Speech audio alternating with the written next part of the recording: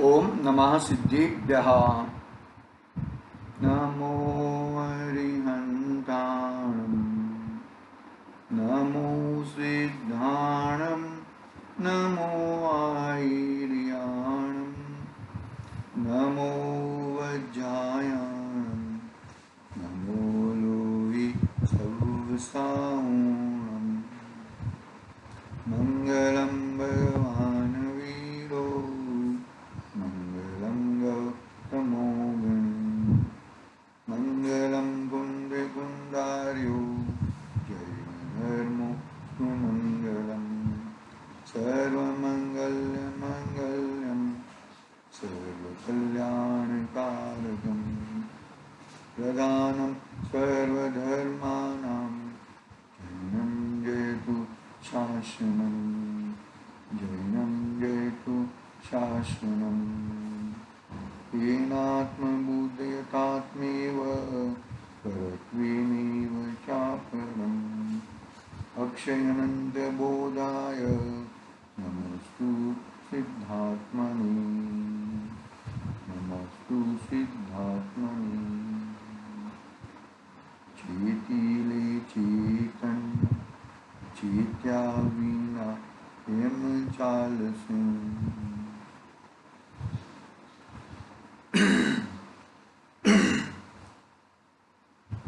समाधि तंत्र पूज्यपाद स्वामी आचार्य देव का ये महान ग्रंथ समाधि तंत्र अपने सामने विराजमान है। अपना स्वाध्याय गाथा क्रमांक 23 पे चल रहा है।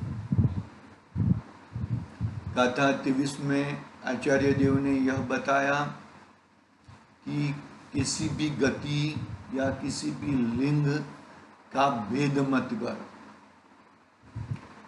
आत्मा तो पुरुष ही है। कोई कर्म के अनुसार किसी को स्त्रीलिंग, किसी को तिर्यंच लिंग, तिर्यंच में भी जो आता है उसमें भी लिंग आते हैं। नरक गति में लिंग नहीं होते हैं, देवगति में भी लिंग आते हैं। नान्यतर जाति है रहती है नरक गति में। तो लिंगों का भेद देखकर तू उसमें विभ्रम पैदा मत कर। सम्यक दर्शन प्राप्त करने के लिए, अंतरात्मा होने के लिए बाह्य में संधि पंचेंद्रियपना आवश्यक है और अंतरंग में आत्मा का श्रद्धान, विभ्रम को हटाकर आत्मा का श्रद्धान।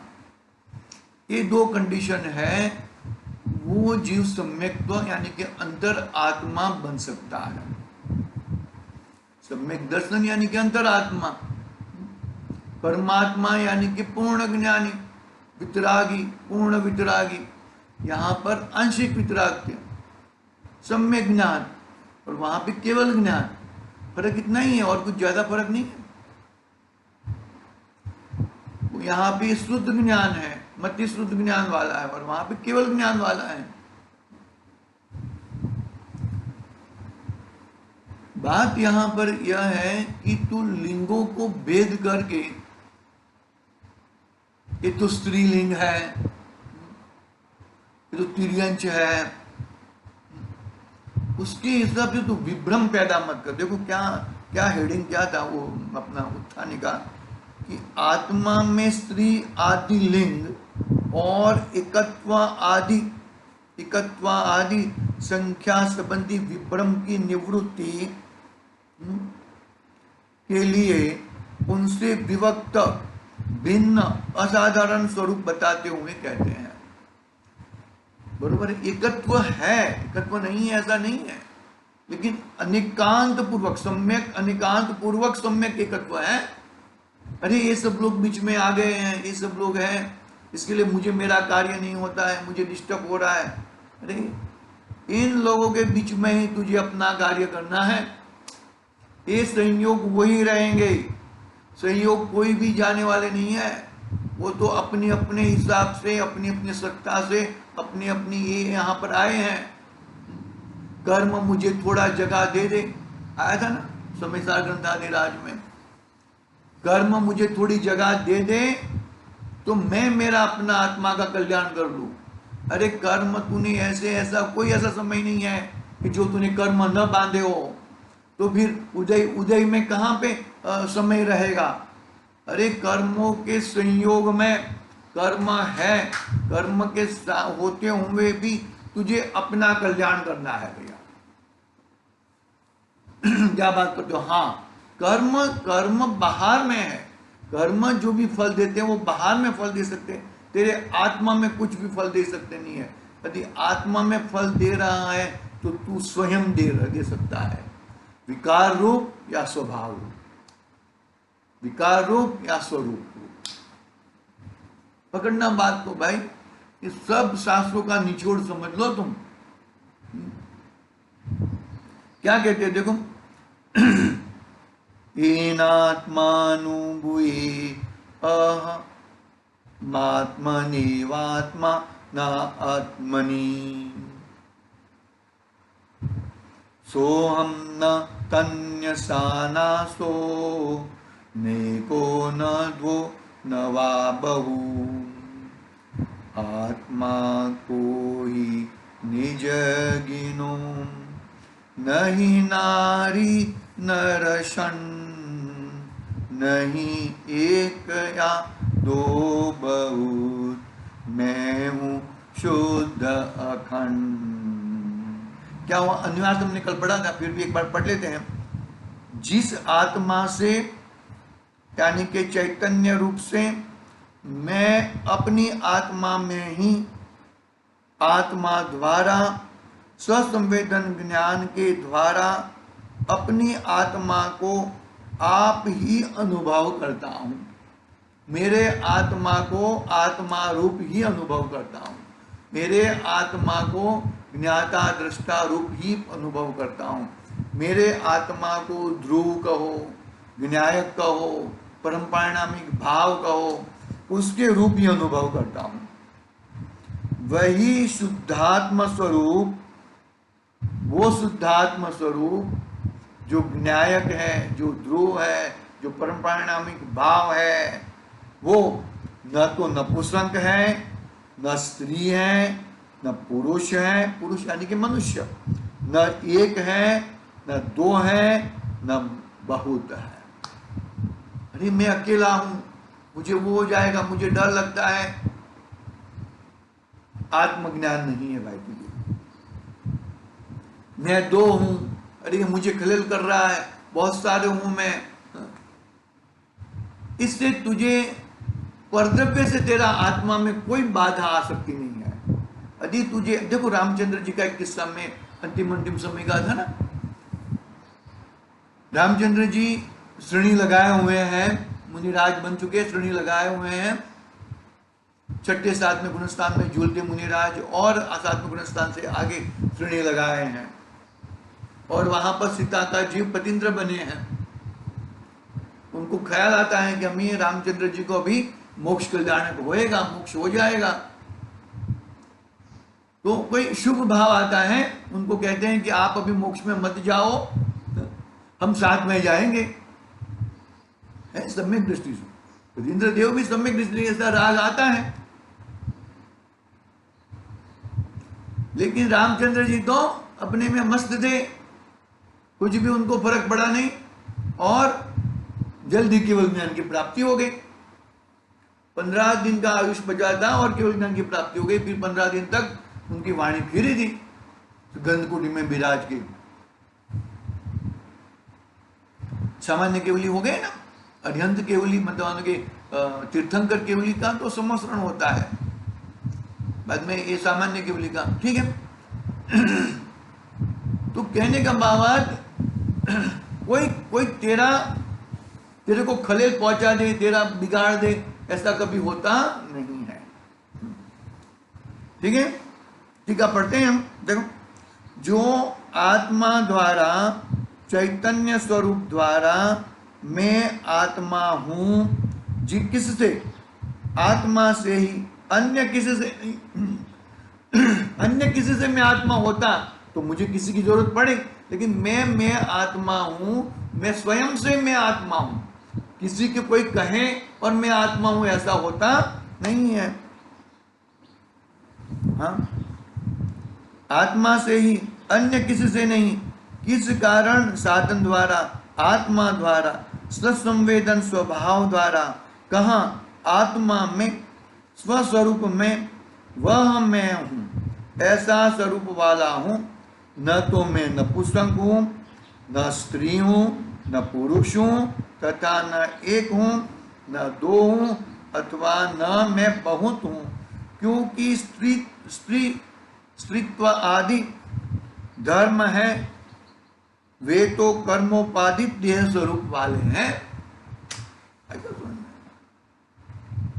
स्त्री अंतरात्मा बन सकता है, परमात्मा नहीं बन सकता, वो बात अलग है। लेकिन अंतरात्मा बनने में कोई दिक्कत नहीं है, सम्यक दर्शन प्राप्त करने में कोई दिक्कत नहीं है। बता दिया पहले, सम्यक दर्शन प्राप्त करने में बाहर में एकमात्र संगनी पंचेंद्र बना और अंतरंग में आत्मा भाव, ध्रुव भाव, परम परिणामिक भाव।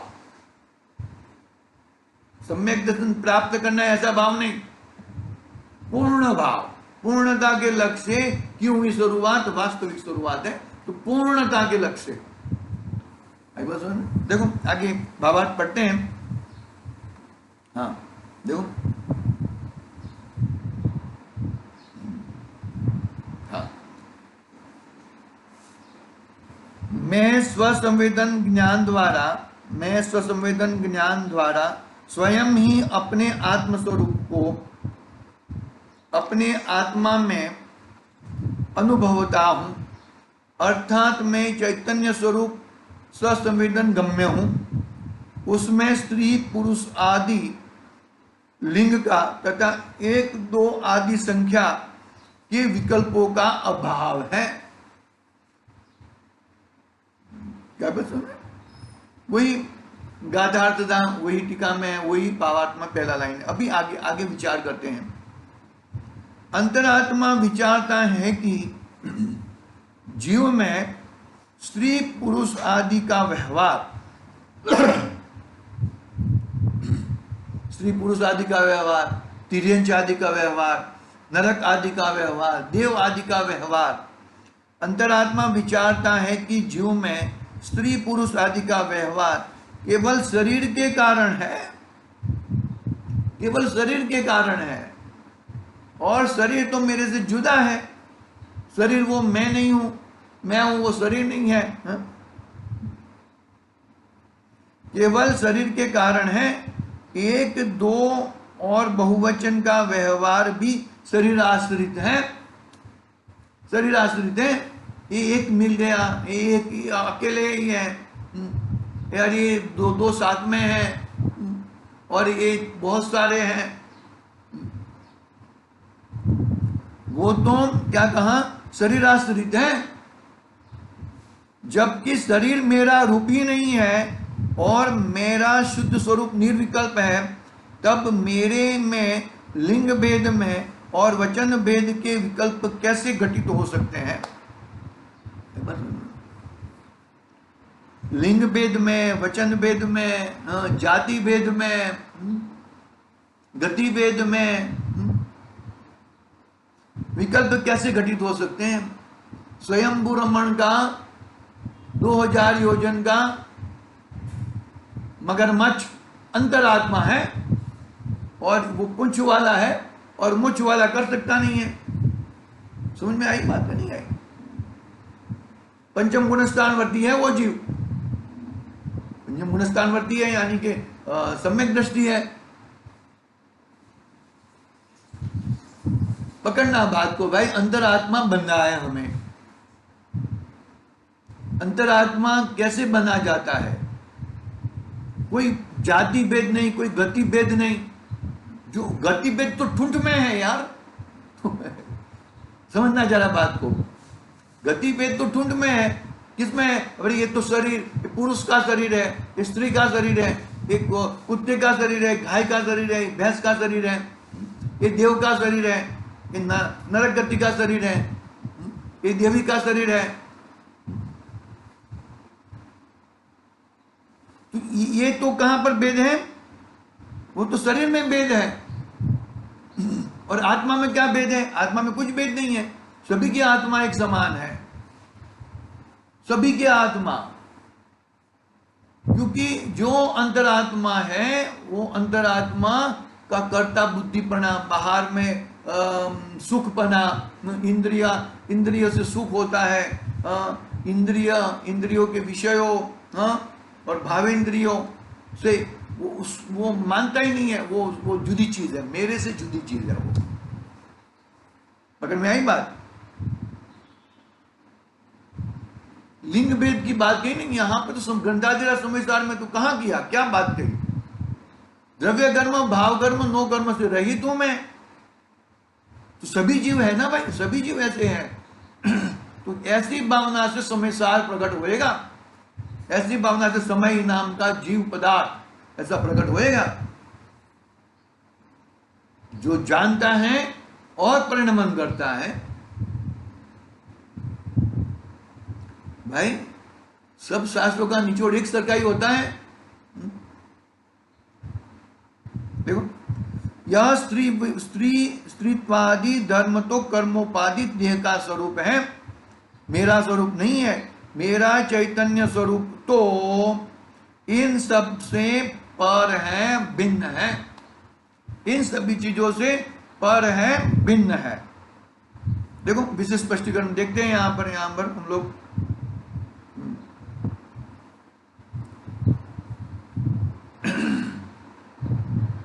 समझ में आया कि नहीं बात है? हम लोग ऐसा सोचते हैं कि अरे भाई कोई ऐसा मान ले, कौन, सितंबर आदि के मत में ऐसा है ना कि मल्लिनाथ भगवान स्त्री पर्याय में केवल ज्ञान की प्राप्ति करके मोक्ष में गए, मल्लिनाथ तीर्थंकर भगवान। गलत बात है वो गलत बात है। स्त्री पर्याय पंचम गुणस्थान से आगे जा ही नहीं सकती, पंचम गुणस्थान ही रहता है उनका। आजकल के तो बहुत गड़बड़ चलती है, वो जाए तो उससे हमको कुछ लेना देना नहीं है। पंचम गुणस्थान से आगे स्त्री पर्याय जा ही नहीं सकती। फिर कैसे हो सकता है? मतलब ऐसा मिथ्या मान्यता तो गलत है, लेकिन अंतरात्मा बनने में कोई प्रॉब्लम नहीं है। अंतरात्मा तो जीव बन ही सकता है। अगर मैं ही बात नहीं आई, अंतरात्मा बनने में कोई प्रॉब्लम नहीं है। अंतरात्मा जो संज्ञी पंचेंद्रियपना है और अंदर आत्मिक भाव है, ध्रुव भाव है, न्यायिक भाव है, जानने देखने वाला हूं वो भाव है, उससे अंतरात्मा बन सकता है। परमात्मा बनने में तो पुरुष ही चाहिए। मनुष्य गति का ओनली एक मात्र पुरुष पर्याय ही चाहिए, तभी परमात्मा बन सकता है, केवल ज्ञान की प्राप्ति हो सकती है। और किसी में भी परमात्मा बनने की लायकात ही नहीं है। देव गति का जीव है, चौथा गुणस्थान से ऊपर नहीं जा सकता नहीं है। मनुष्य तिर्यंश गति का जीव पंचम गुणस्थान से आगे नहीं जा सकता। स्त्री पर्याय का जीव पंचम गुणस्थान से आगे नहीं जा सकता, और नरक गति का जीव भी चौथे गुणस्थान से ऊपर नहीं जा सकता। आई बात समझ में? बात यहां पर क्या बताना चाहते हैं आचार्य देव? तू लिंग भेद करके विभ्रम मत हो जा। अंतरात्मा बन सकता है। परमात्मा की बात आएगी तो बताएंगे वो भी कि अंतरात्मा और परमात्मा में थोड़ा अंतरात्मा है, वो क्या कहते हैं उसे, सभी अंतरात्मा परमात्मा नहीं बन सकते, लेकिन परमात्मा के पूर्व में अंतरात्मा तो होता ही है। अंतरात्मा पना भी छोड़ना है, तब जाके परमात्मा बनेगा। बात को पकड़ना जरा। अच्छा थोड़ा पर्दो हम कर लें जरा। देखो विशेष स्पष्टीकरण पढ़ते हैं हम। आत्मा शुद्ध आनंद स्वभावी है, एक है। ऐसा राग मिश्रित विचार भी स्वभाव में नहीं है। आत्मा क्या है? शुद्ध ज्ञानानंद स्वभावी है, एक है। ऐसा राग मिश्रित विचार भी स्वभाव में नहीं है। गुणी के रूप से दो है, ज्ञान दर्शन के उपयोग से दो है, ऐसा भेद स्वरूप में नहीं है। गुण गुणी का भेद भी हटा दिया ना, सात्विक आत्मा को याद करो, ग्रंथादि राय। ज्ञान दर्शन उपयोग के भेद है, लेकिन उपयोग तो एक ही है। दर्शनोपयोग और ज्ञानोपयोग ऐसे उपयोग के भेद है, लेकिन उपयोग ऐसे, ये ज्ञानोपयोग अलग है और दर्शनोपयोग ऐसा नहीं। उपयोग तो एक ही है, लक्षण जीव लक्षण, उपयोग जीव लक्षण, वो एक ही है, लेकिन उसके भेद दो हो जाए। लेकिन वो भेद करना ऐसा भेद स्वरूप में नहीं है। केवल ज्ञानी जीव यानी केवल ज्ञान परमात्मा, अरिहंत परमात्मा, उनको भेद नहीं रहता है। उनको दर्शनोपयोग पहले होएगा और बाद में ज्ञानोपयोग है, ऐसा नहीं है। उनको दोनों साथ में होता है। देखो, आत्मा का शुद्ध स्वरूप अभेद, गुण गुणी के भेद रहित, उसमें लिंग भेद, वचन भेद और विकल्पादि भेद कुछ भी नहीं है। कुछ किसी भी प्रकार के विकल्प भी भेद नहीं है।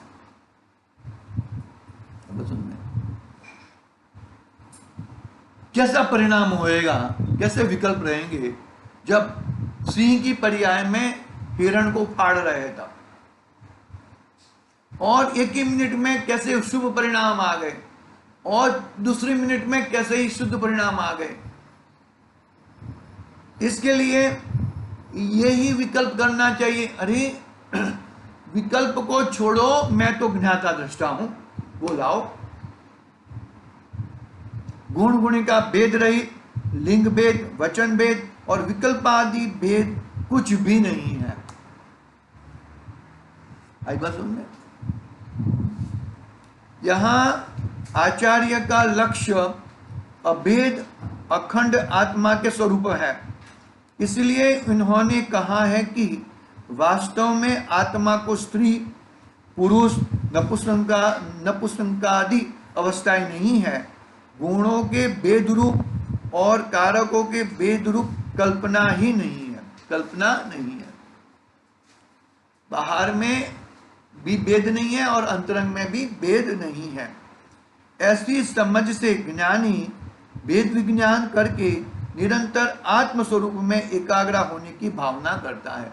निरंतर अपने आत्म स्वरूप में, अपनी चीज में, अपनी वस्तु में एकाग्र होने की भावना करता है।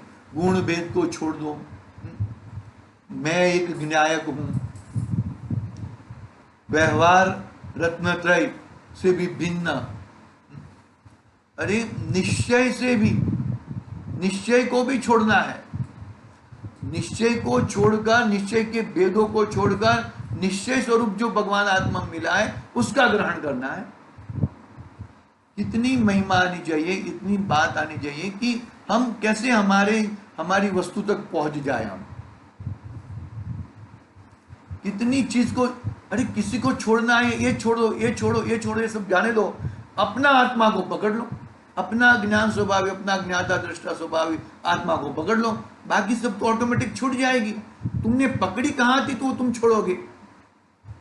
तुमको जिसको पकड़ना है उसको तो पकड़ नहीं रहे हो और बाहरी चीज को पकड़ रहे हो, तो कहां से गड़बड़ हो जाती है। तो किसको पकड़ना है? एकमात्र शुद्ध स्वभावी भगवान आत्मा को ही पकड़ना है। उसको पकड़ोगे तो तुम्हारा कल्याण होएगा, अन्यथा कल्याण होना मुश्किल है। कल्याण अपने हाथ में है, दूसरों के हाथ में कल्याण नहीं है। अपना कल्याण हम ही करना है। दूसरों के हाथ में जाओगे तो अकल्याण ही होएगा। ऐसी बात आचार्य देव ने बताई है। यहाँ पर अपना 23 नंबर की गाथा पूर्ण हुई है। 24 नंबर की गाथा कल प्रारंभ करेंगे। आज के लिए ओम नमः सिद्धि। निज निधि निज में बताई यह अनंत उपकार।